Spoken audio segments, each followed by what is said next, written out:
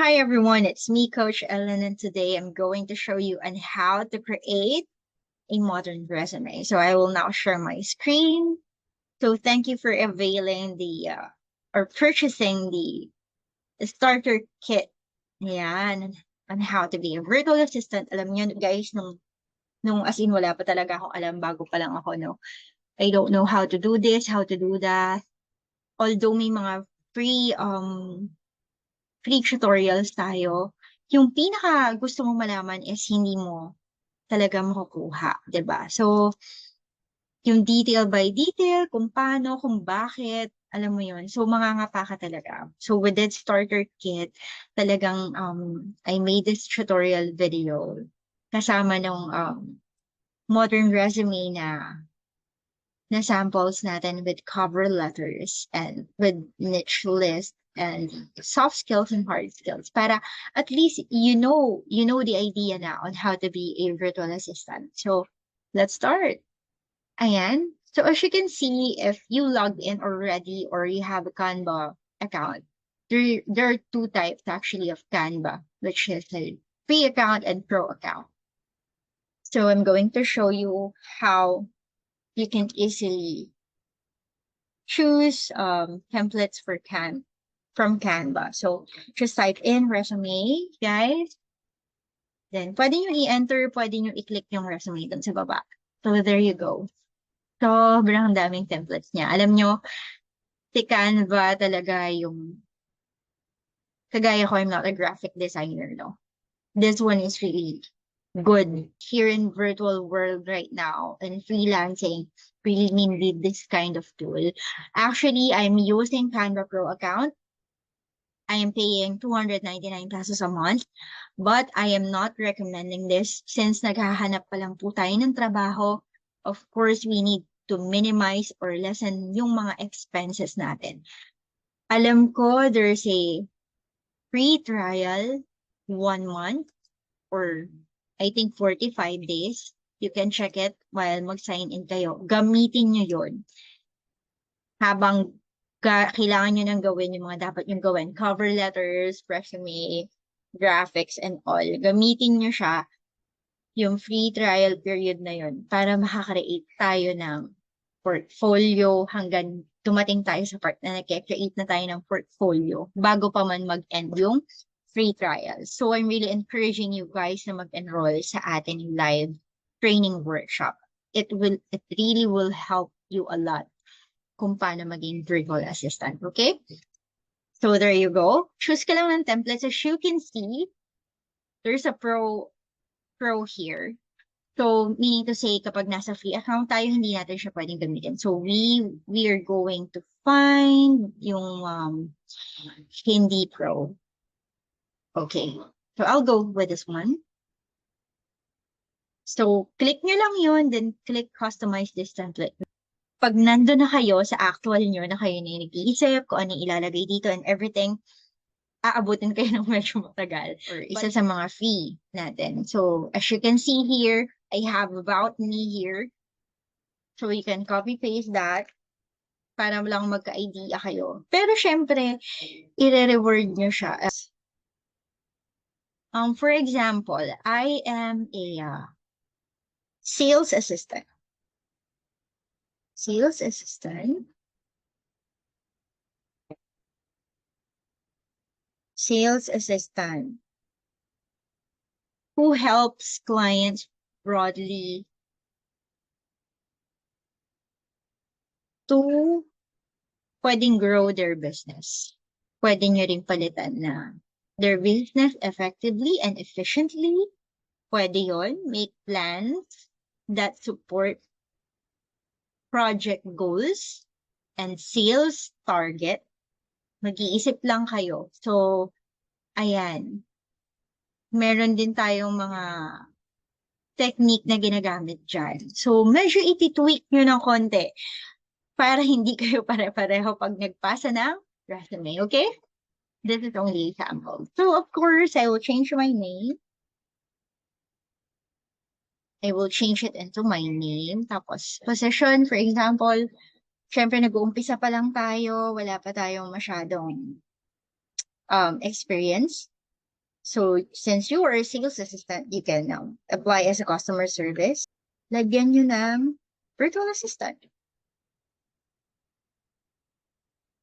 Diba? It's really up to you. Or kung nakapag-take naman na kayo ng workshop and training natin, ilagay nyo na Canva graphic designer. Pwede na. Because you have a certificate now once na natapos nyo yung 5-day natin, training and workshop natin. Okay? So, it really depends lang. Ayan, so this section, you can actually change the color if you have branding and attend na yung class natin. So, this one, palitan nyo lang yung picture na yan. You can delete that one. There you go.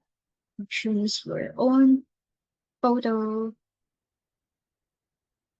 As you can see, nagpa-photoshoot po talaga ako kasi gusto ko po talaga maging VA. And I really want to give my best.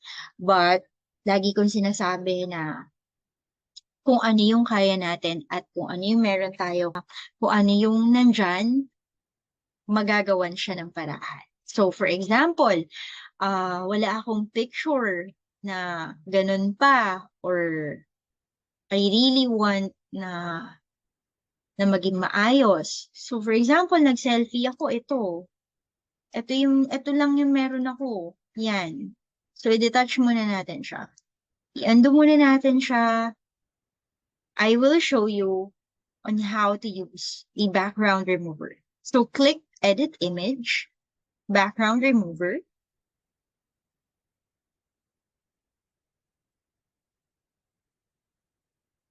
So, alam niyo naman din na isa sa mga requirements natin is the headset. So, depende sa style nyo. Alam nyo, mas magpapakatotoo kayo, mas unique kayo, mas mapapansin kayo ng hiring manager or no, ni client. So, we can delete that one. Oops. And then, ipasok nyo lang siya. And there you go. You have a photo na. So, lagyan nyo siya ng shape para magka-volume siya. Lagyan nyo ng circle. Nakita nyo, nilagyan ko lang siya ng circle. Kinlik ko lang yung shape. So, lagyan nyo siya sa likod. Click nyo lang. Then, right-click. Click dito, right-click. Send backward. There you go. Kung gusto nyo color white yan, palitan nyo ng color white para medyo formal tignan. So, see? That easy. 'Di ba? Meron na kayong, kahit hindi kayo magpa-photoshoot, 'di ba? At least, nung nabago natin yung background, nagmukha na siyang pang-professional. So, yun yung mga hack na kailangan natin matutunan. No? Hindi tayo kailangan laging required gumastos. Pero syempre, based on my experience, quality goes with the price po talaga. Yan. Okay. So, as you can see kanina, yung color ng font niya is dark. Mas aangat siya if you will choose color white. So, let's change it into white. May makikita kayong change all. Once na napindot nyo, hindi naman natin kailangan lahat baguhin ng white. So, we can do that. I-undo nyo lang and then kung ano lang yung kailangan palitan, yun lang yung palitan. Next page. So, I will now include my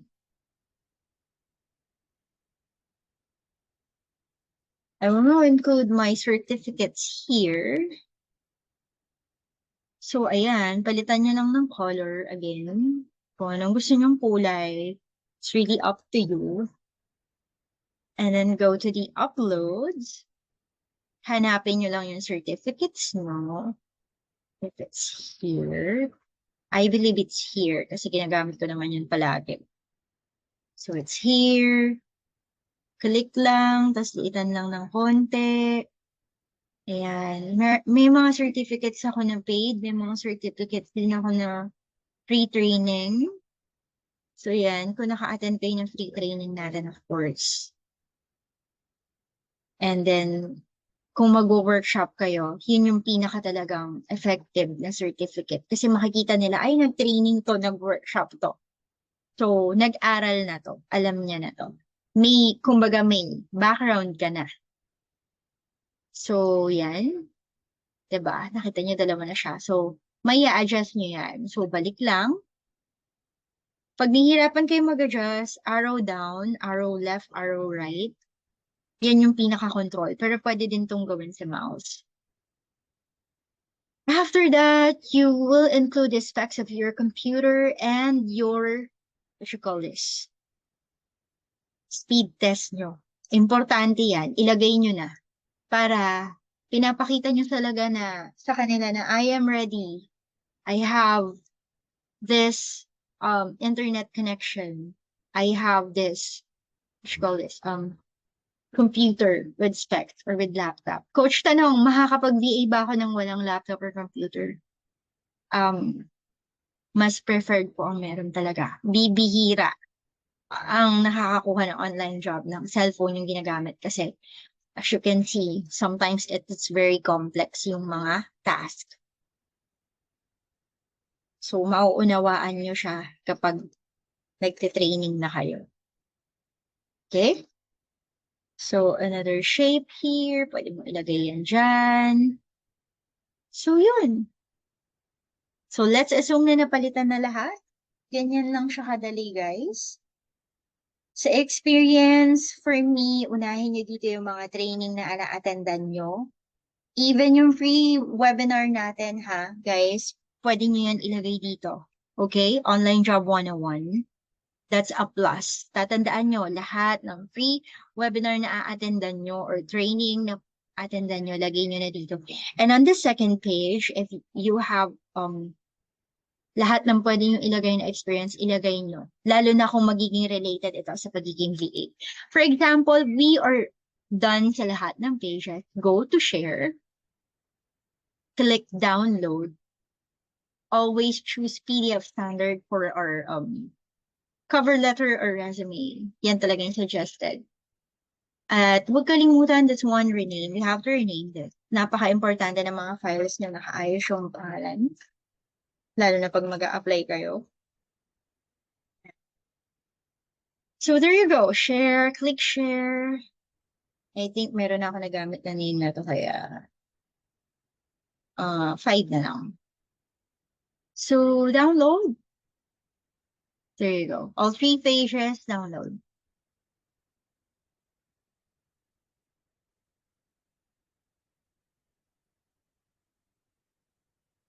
And there you go. Guys, nakalimutan ko sabihin na ang background remover is pang mga pro account lang po siya. Hindi po siya gumagana sa free account. But yun nga, kung may pagkakataon na itry si free trial, itry nyo na siya. But make sure na yung whole 1 month na yun, sulitin nyo si Canva hanggang sa makagawa kayo ng portfolio, okay? Para sulit yung paggamit mo. So there you go. We have a modern resume, guys. Again, if you want to avail, so mga hindi pa students dito ng virtually made, just send us a message on our Facebook page and we are very happy to assist, to coach you, most especially me by God's grace.